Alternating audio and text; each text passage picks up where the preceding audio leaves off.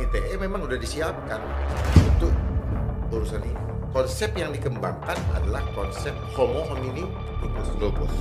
Dalam promosi tidak akan pernah disampaikan.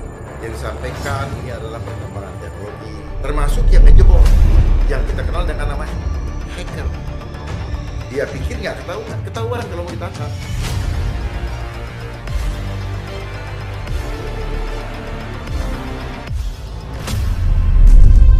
Selamat siang teman-teman semua. Pada saat ini kita akan membahas mengenai kejahatan cyber dan keamanan data pribadi.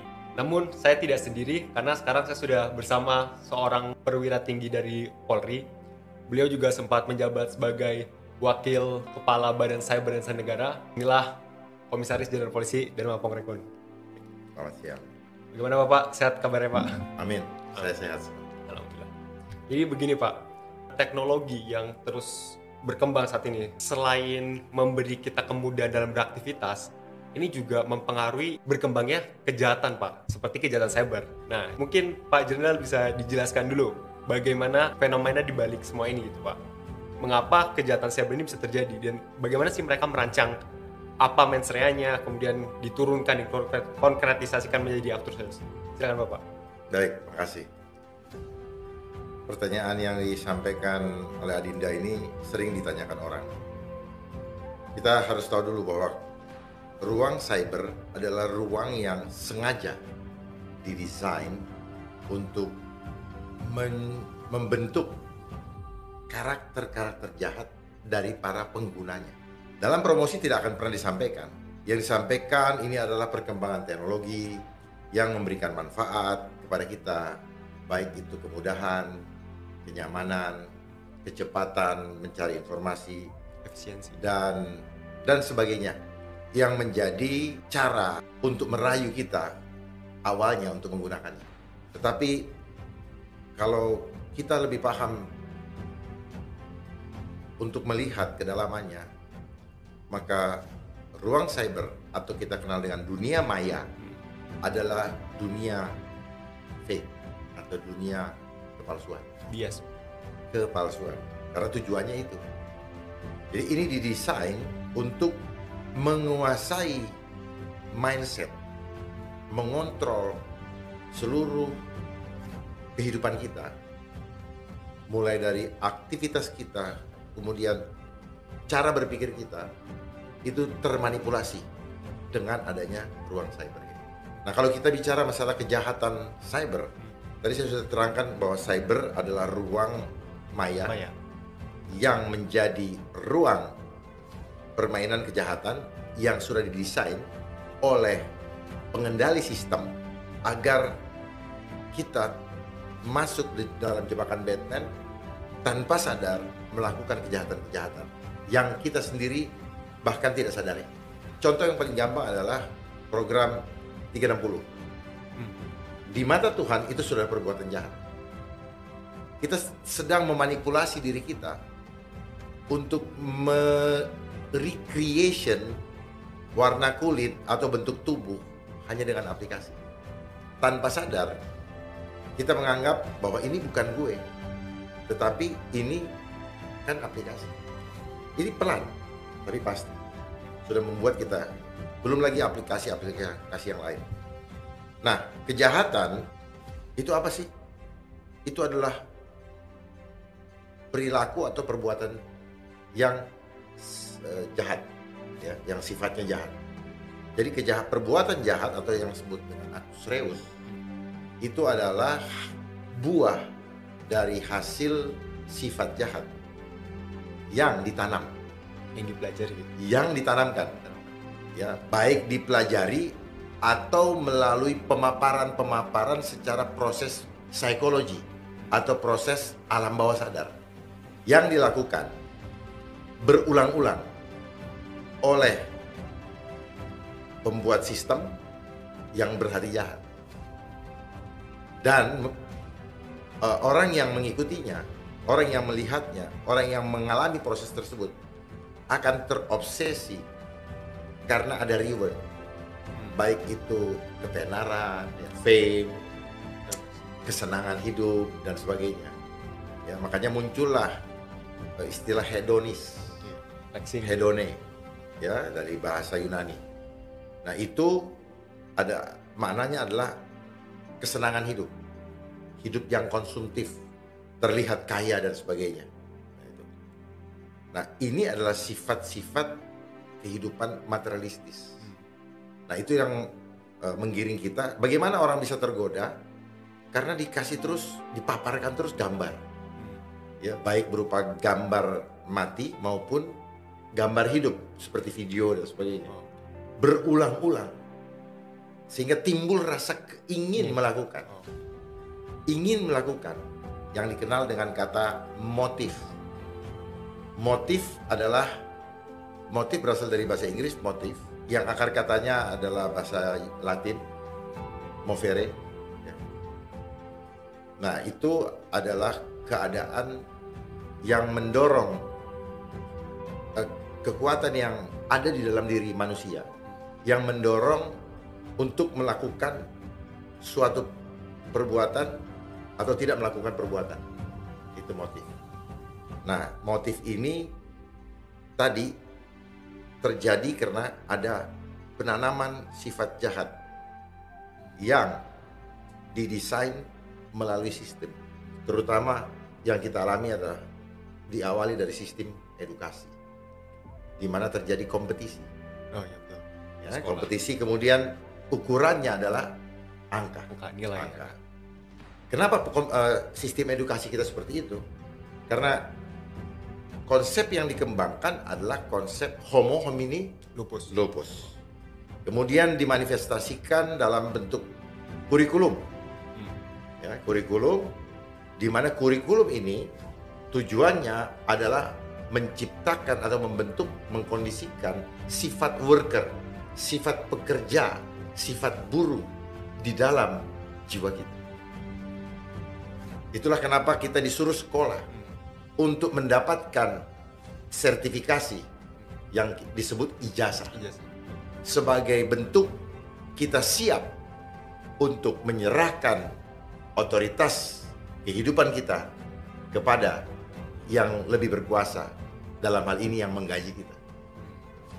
Jadi tanpa sadar kita sudah masuk ke dalam pendidikan yang memiskinkan nurani. Dengan cara apa? Menakut-nakuti lewat sistem. Takut nilainya jelek, takut di ini, takut. Selama kita sekolah, takut. Hasilnya seperti yang kita lihat sekarang, kita semua menjadi penakut, terutama kepada urusan autra. Iya. Karena ada kaitannya dengan kampung tengah, perut. Berarti sebenarnya kalau saya lihat kita semua ini kan dikendalikan, kita juga dijebak, Dikondisikan. Dikondisikan. Supaya mudah dikendalikan. Baik. Lalu kalau menurut Pak Jenderal nih, bagaimana cara kita untuk mengatasi dan menanggapi hal tersebut, Pak? Ya harus paham dulu akarnya. Selama ini kita hanya ribut menyelesaikan kebakaran jenggot, menghadapi dampaknya, tanpa mencari tahu apa akarnya. Di mana-mana penyelesaian masalah, kalau hanya pemadam kebakaran, tapi tanpa mengetahui, tanpa mencari atau menyelesaikan akar masalahnya, maka akarnya akan merambat kemana-mana. Kalau dalam istilah kesehatan medis disebut apa? Disebut komplikasi. Hanya sekarang kondisi bangsa kita sudah komplikasi, sudah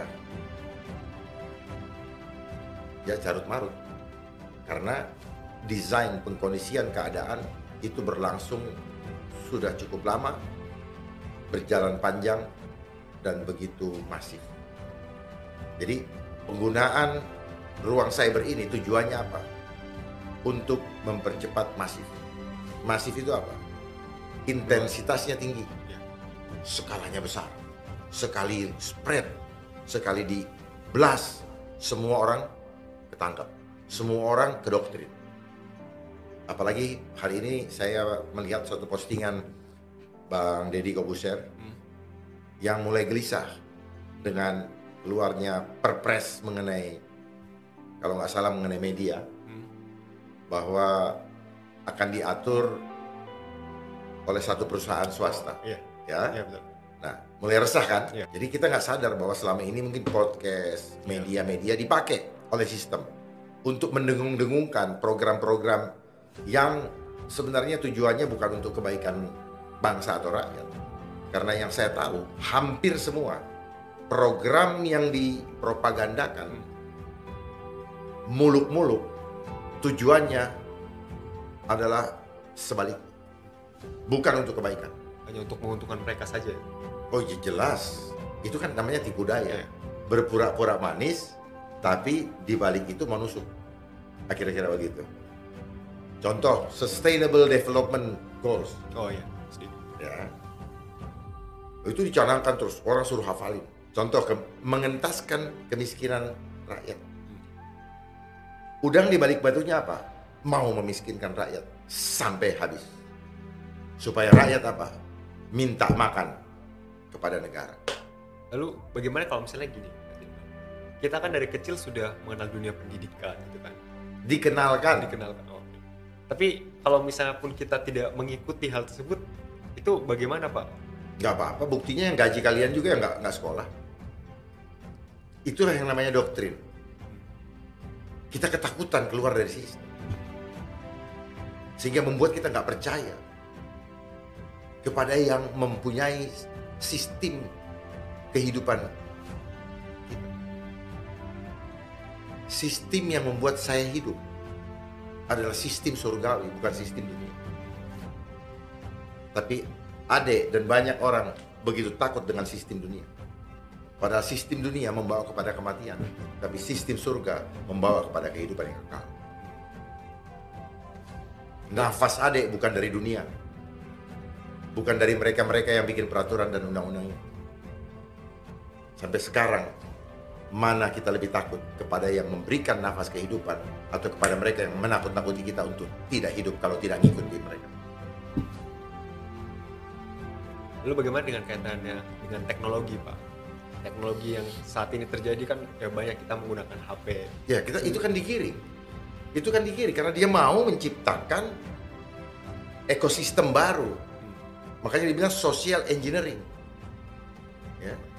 Supaya komunitas kehidupan masyarakat ini tercipta sesuai dengan agendanya mereka. Orang yang pakai HP udah nggak peduli dengan bangsanya. Karena terbangunlah karakter apa? Hedon. Pengen selalu hedon. Kemudian apa lagi? Apatis. Apatis. Pengecut. Beraninya ngoceh-ngoceh di media sosial dengan akun anonymous. Itu kan diciptakan. Kenapa anonymous? Dia pikir nggak ketahuan kalau mau ditangkap. Karena yang ditangkap diajarin oleh yang punya sistem. Termasuk yang ngejebol, yang kita kenal dengan nama hacker. Dia nge-hijack, dia nge-hacking. Yang ngajar juga yang bikin sistem. Supaya kita riweh, supaya kita ribet, ya, pusing, anxiety, khawatir. Akun gua di-hack, ini hack. Kalau udah nggak gini, habis gua cari makan di sini dan sebagainya. Bodoh sekali. Kehidupan nyata dunia yang begitu luas ini kita tinggalkan, kita bermain dengan imajinasi. Dan lembaga yang ada yang punya otoritas untuk mengatur ini, dia membiarkan ini terjadi. Karena lembaga ini ada untuk merekayasa kehidupan di suatu negara melalui media sosial, melalui teknologi ini. Saya tidak perlu sebutkan lembaganya mana. Ya. Makanya banyak situs porno, banyak situs judi online, banyak ini. Mereka tinggal kunci, boleh masuk boleh enggak. Dan orang yang masuk di dunia cyber ini, cek berapa persentase yang berbicara tentang kebenaran dan batil, banyakan mana. Bicara tentang kehancuran moral berapa banyak. Coba persentase. Jangan bilang ini. Oh ini menguntungkan. Orang yang mengatakan menguntungkan itu orang yang egois. Dia tidak peduli dengan keturunannya, dia tidak peduli dengan kehancuran generasi berikutnya. termasuk sistem pendidikan yang sekarang ada, mewajibkan menggunakan teknologi ini. Iya. Tujuannya apa? Supaya mereka mencuri data kita. Tapi kan itu sudah tidak bisa dihindari. Bisa. Bagaimana Pak? Ya jangan diikutin, sama. Kalau dia yang ngikutin berarti boneka. Yang menciptakan sistem sampai di negara kita kan mereka boneka, karena mereka dapat duit. Gak ada tapi-tapi. Ya, mau bener nggak bangsa ini atau tidak? Jangan dipopulerkan untuk bahasa suatu keniscayaan untuk tidak mengikuti. Itu bahasa mereka. Supaya kita tuh udah kayaknya nggak kekunci kita punya mindset. Seolah-olah tanpa mereka kita mati. Enggak. Kita hidup di rumah sendiri kok. Kenapa kita harus mengikuti revolusi industri 4.0? Emang kalau kita nggak ngikutin kenapa rupanya? Gampang-gampang aja bahasa mahasiswa. Mahasiswa harus lebih kritis daripada kita. Bangun. Jangan jadi follower. Jadi inventor. Tunjukkan kalau kita orang Indonesia setara dengan asing. Bahkan kita lebih. Karena kita hidup di Nusantara yang punya falsafah Pancasila. Kita berketuhanan. Kita bukan orang yang tidak kenal Tuhan. Dengan kita mengenal Tuhan, kita tahu bahwa kita punya kuasa untuk menguasai dunia ini. Bukan kita dikuasain kayak sekarang. Ya. Karena orang yang tidak berkuasa akan terlihat bahwa dia penakut. Kemudian terkait kebocoran data pribadi Pak. Jadi kan saya mungkin dan semua orang juga pastinya sudah memiliki media sosial. Bahkan saya menghubungi Bapak pun menggunakan media sosial gitu ya Pak. Dan begini Pak, saya melihat bahwasannya kita ini kan sebenarnya sebagai konsumen ya ketika menggunakan teknologi tersebut. Karena misalnya kita menggunakan internet harus beli kuota pada operator. Kita menyerahkan data. Hingga pada saat kita melakukan pendaftaran SIM card itu harus menggunakan NIK. Nah, kalau terjadi kebocoran data Pak, ya kan, saya melihat bahwasannya ada beberapa lembaga yang saling mendapat tanggung jawab gitu Pak. Karena memang mereka disiapkan untuk tidak bertanggung jawab. Lalu, jadi nggak usah diminta pertanggungjawaban. Memang begitu bahasanya. Kan munafik. Kan disiapkan menjadi pengecut, munafik dan sebagainya. Coba cek, mana ada yang jantan. Kita dididik munafik kok. Udah ketahuan korupsi, terus aja terus. Udah ketahuan begini ya terus aja terus. Lebih banyak pencitraan untuk menutupi kebusukan dengan media sosial. Ada yang bagaimana, kita percaya aja. Ada yang ada di mobil, misalnya Ferrari. Kita pikir punya dia, padahal dia pas lagi parkir aja kan gitu. Ya kan? Dia kirim ke kampungnya. Buat flexing ya Pak? Ya buat flexing.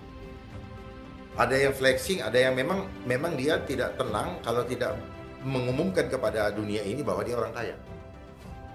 Makanya ini saya bilang ini adalah alat jebakan Batman. Lihat aja kehidupan di media sosial, orang menunjukkan auratnya dengan tidak lagi malu-malu. Gimana moral bangsa? Ini akibatnya. Ini yang dibilang manfaat. Jangan egois melihat manfaat. Manfaat yang kita rasakan ini hanyalah apa? Jebakan Batman untuk membuat kita hancur. Kan easy, speed up, comfort, luxury. Cuman itu doang. Itu awalnya kok. Saya udah identifikasi semuanya.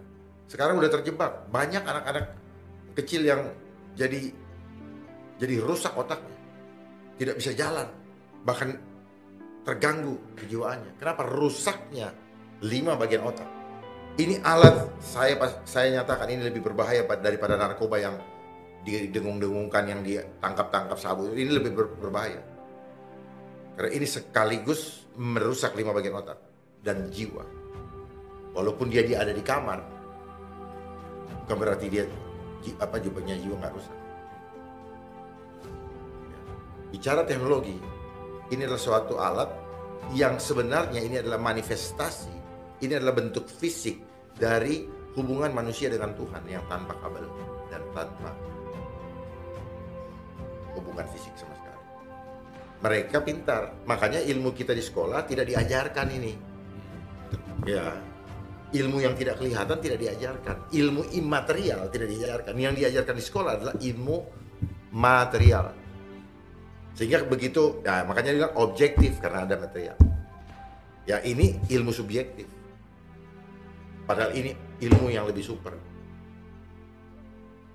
Kita ini kayak radio, mendengar suara dari stasiun radio tanpa kabel. Demikian pula kita mendengar suara Tuhan yang kita bisa rasakan di dalam hati kita tanpa kabel.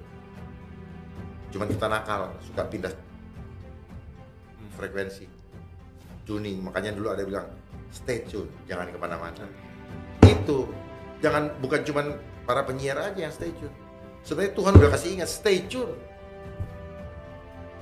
Lu hanya denger gue, tunduk sama saya. Kita dengar yang lain. Jadi bohong-bohongin, karena nggak ada yang tulus. Kalau tidak sungguh-sungguh takut sama Tuhan. Semuanya tuh kata orang tuh tricky. Ya. Jadi kalau bicara masalah keamanan data, keamanan data pribadi, saya nyatakan bahwa tidak ada yang aman. Namanya keamanan data pribadi. Semua karena tujuan alat ini juga adalah jebakan Batman tadi. Ya. Dia mau mengambil data pribadi kita tanpa ngomong dengan alat ini yang kita beli dengan uang kita melalui berbagai macam cara. Entah minta orang tua, entah kredit, potong gaji, dan sebagainya. Hanya untuk mendapatkan kesenangan awalnya. Awalnya kan senang. Setelah senang, terus masuklah ke dalam alam bawah sadar, tidak mau melepaskan. Akhirnya kita jadi ketergantungan yang disebut jadi edik. Apa bedanya narkoba? Kita jadi edik. Ya. Setelah edik menjadi kebutuhan. Setelah butuh, inilah perangkapnya. Nggak mau keluar lagi, padahal ini digiring semua sama sistem.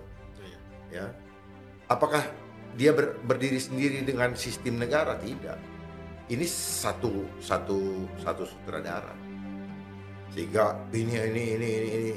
Tapi begitu rupa dia mainkan, mulai dari kesenangan sampai pekerjaan, mulai bikin grup WhatsApp, ya dulu misalnya Facebook, grup WhatsApp, terus mulai perintah-perintah lewat WhatsApp dan sebagainya. Akhirnya jadilah. Pernah nggak dipikirkan ini ada perancangan? Jadi hidup ini seperti sinetron. Ada peran protagonis, antagonis, dan trigonis. Lalu bagaimana kalau misalnya buat saya Pak Jenal nih yang sudah terlanjur kan nih, sudah menggunakan teknologi, sudah masuk ke sistem pendidikan, kira-kira bagaimana solusinya Pak Jenal? Siap-siap aja kecewa. Ya, jangan tanya ini, karena memang ini dibuat untuk kita selalu khawatir, selalu cemas, selalu ketakutan, selalu sok-sokan, selalu sombong-sombongan, selalu narsis, selalu self-center. Yang penting gue. Iya, egois juga. Bukan egois, kan apatis itu kan egois. Gak mau tahu yang lain. Ya, ada orang jatuh, dia lagi main gitu sih main. Gimana kalau ada musuh mau hancurkan negara? Jadi menghancurkan negara cukup dengan alat ini. Ketika orang sudah bermain dengan dimainkan imajinasi. Ini kan imajinasi yang dimainkan. Ya. Akhirnya apa? Mudah sekali untuk diperdaya. Ya orang lagi kayak begini, musuh masuk atau maling masuk udah nggak lihat. Begitu juga dengan yang terjadi sekarang. Makanya dimasukin dulu alat ini, baru dia mainkan ada COVID. Lah lewat COVID itu dia spread semua berita-berita yang menakutkan. Supaya apa? Supaya orang percaya. Baru kita dimasukin ke rumah. Ini kan apa strategi. Kalau saya udah ngerti lah kayak gitu. Kira-kira apakah ada yang ingin disampaikan kalau misalnya Pak Jenderal untuk pemerintah atau lembaga-lembaga tersebut? Kira-kira ada? Percuma. Mereka sudah punya agenda sendiri kok. Mereka punya agenda karena anggaran yang dipakai oleh negara kita yang menjadi hutang negara itu digelontorkan oleh mereka dengan tujuan untuk kesuksesan agenda mereka. Sambil berjalan minum air. Iya, artinya boleh lu cawe-cawe asal gak ketahuan. Kalau ketahuan, gue jadiin perbuatan tercela. Makanya ada kan perbuatan tercela kan. Jadi orang yang sudah begitu sekarang dicela-cela orang. Ini semua jebakan Batman. Sistem membiarkan orang masuk dalam jebakan. Makanya orang yang banyak pakai ini ditangkap sama KPK kan pakai handphone ini. Tangkap aparat-aparat seperti itu. Ya. Selingkuh juga pakai itu. Ya kan? Bohongin orang juga itu. Sekarang banyak orang yang terjebak pinjol. Iya. Iya kan? Dia tololnya itu. Karena mereka tahu caranya apa? Bikin malu aja lewat situ. Udah. Awalnya kan kita sembunyi-sembunyi kan? Iya, betul. Berdua ini nggak ada yang tahu. Lama-lama begitu sebar, di situ ketakutan kita. Jadilah yang disebut ruang publik. Ada kaitannya dengan undang-undang ITE, jelas. Undang ITE memang udah disiapkan untuk urusan ini. Gitu. Jadi semua ini sudah dikondisikan. Bukan baru, sudah jauh-jauh hari. Bahkan yang baru-baru ini udah muncul Pak Jenderal, undang-undang perlindungan data pribadi kemarin tahun 2022 bisa. Saya protes itu karena dia punya server boleh ditaruh di luar negeri. Jadi undang-undang perlindungan data pribadi, perlindungan dari siapa? Perlindungan dari orang lain ketika sudah ada di dalam tangan gue, dalam bentuk big data. Jangan lu harap aman dari gue. Ngerti nggak? Dari kamu saya protect. Tetapi di tangan gue nggak aman. Mau bilang aman gimana? Nggak akan aman. Kalau ada yang bilang aman, bohong. Bohong aja. Ini urusannya duit kok. Beli mahal-mahal. Nggak aman juga. Dia pakai buat nyolong data kita. Kita beli aja. Nggak taunya di situ ditaruh backdoor. Bodoh kali kita. Sekarang udah itu khawatir dan sebagainya. Ini kan diciptakan. Sebenarnya nggak perlu khawatir kalau kita nggak mau cari kesenangan yang tidak perlu. Dulu zaman saya nggak pakai ini ya tenang-tenang aja muka. Terus sekarang tergantung aja. Bukan cuma ketergantungan. Ada permainan psikologi di situ. Kita dipaksa orang.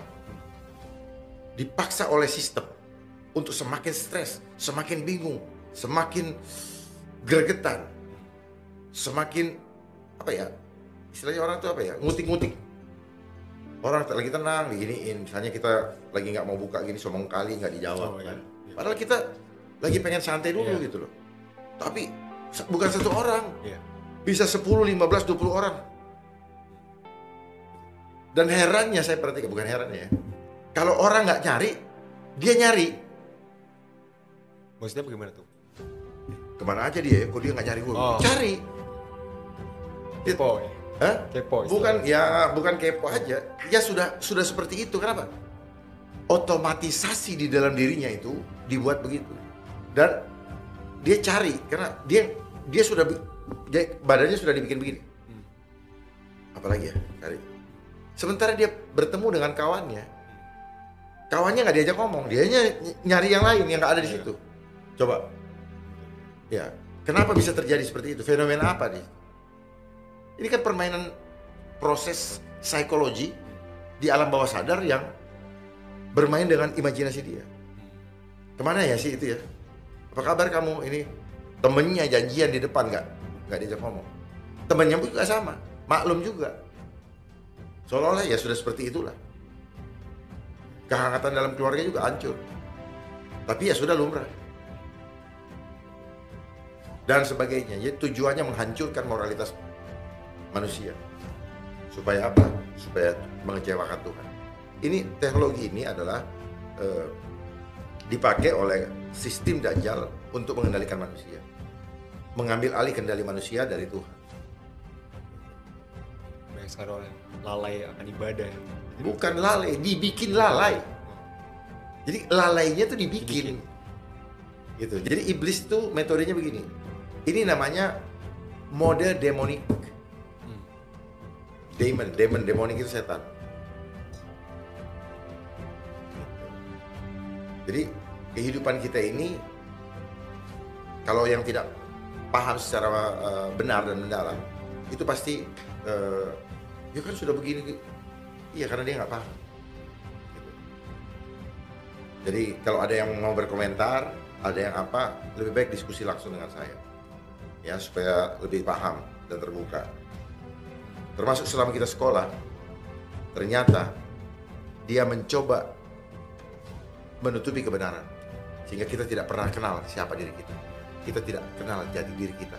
Karena kalau kita kenal jati diri kita, maka ketergantungan kita kepada yang membuat kita hadir ke dunia ini. Selama ini kita tidak kenal. Ya, akhirnya apa? Larinya apa? Ya itu. Apa yang kelihatan aja. Kalau tidak lihat, nggak percaya. Itulah imannya manusia dunia. Padahal Allah maunya apa? Walaupun kau tidak melihat saya, percayalah kalau aku yang menghidupkan kamu. Gitu. Semua ada terhubung ini. Tubuh kita ingin dikontrol sama teknologi itu. Ada hubungannya juga dengan sosial kredit kita. Ada hubungannya juga dengan rekening di bank. Ada hubungannya juga dengan KTP digital. Ada hubungannya dengan semua digitalisasi. Karena mereka sedang melakukan great riset menuju kepada one world government, one world currency, one world religion. Kalau kita ribut-ribut malah urusan agama, tiba-tiba sistem dunia mau mendiskrap menjadi one world religion. Ya, berarti selama ini mereka memainkan konsep divide et impera. Kita layak jadi dombanya, dan mereka gambarkan diri mereka sebagai serigala. Homo lupus ya, serigala bersama lain. Ya mungkin itu saja yang Pak Jenderal yang dapat disampaikan. Baik. Terima kasih banyak Pak Jenderal. Sama-sama. Telah hadir ke sini gitu, memberikan banyak pencerahan kepada kami. Cukup sekian dan terima kasih. Salam progresif.